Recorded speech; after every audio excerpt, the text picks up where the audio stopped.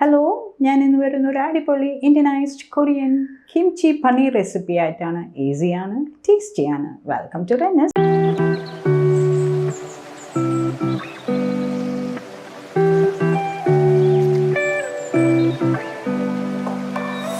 അപ്പോൾ അതെങ്ങനെ ഉണ്ടാക്കാൻ നോക്കാം. കിംചി പനീറിന് വേണ്ടി നമ്മൾ ആദ്യം ഒരു പേസ്റ്റ് ഉണ്ടാക്കുന്നുണ്ട്.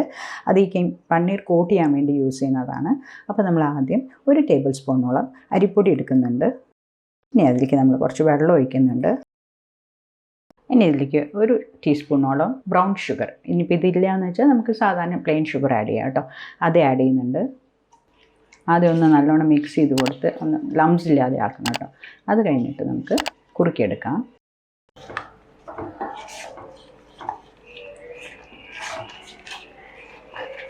ഇനിയുണ്ട്, ഇത് ലംസ് ഇല്ലാതെ നമ്മളത് കുറുക്കിയെടുത്തിട്ടുണ്ട് കേട്ടോ. ഇതൊന്ന് തിളച്ചൊന്ന് വന്നാൽ മതി. ഒന്ന് നല്ലോണം തിളച്ച് കഴിഞ്ഞാൽ തന്നെ ഇതാവും.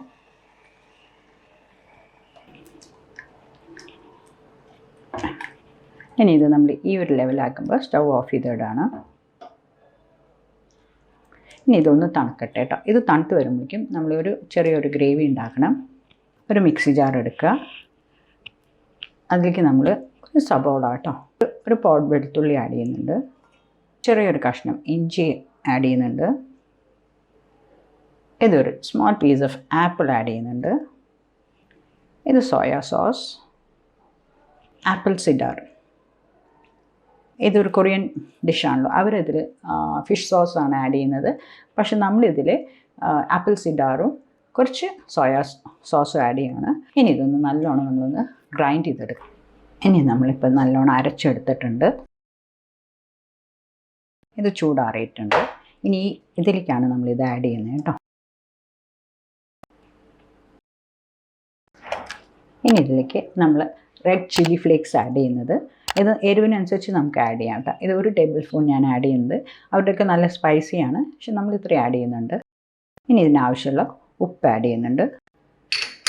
ഇനി ഇതൊന്ന് നല്ലോണം മിക്സ് ചെയ്ത് കൊടുക്കാം. ഇനി ഇത് നമ്മുടെ ഈ പനീറിലേക്ക് കോട്ട് ചെയ്തെടുക്കാം കേട്ടോ.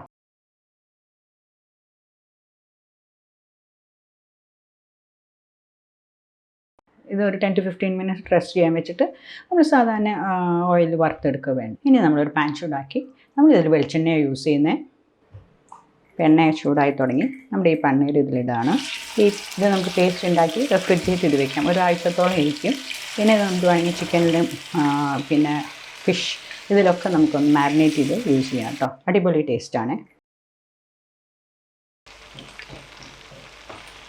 അതൊന്ന് നമുക്ക് ഇടയ്ക്കൊന്ന് മറിച്ചിട്ട് കൊടുക്കാം.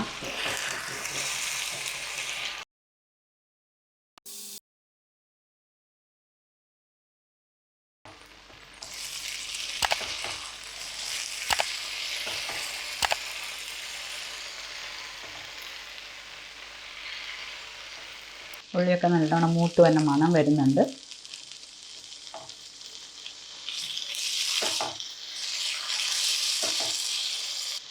എല്ലാം നല്ലോണം റോസ്റ്റ് ആയിട്ടുണ്ട് കേട്ടോ.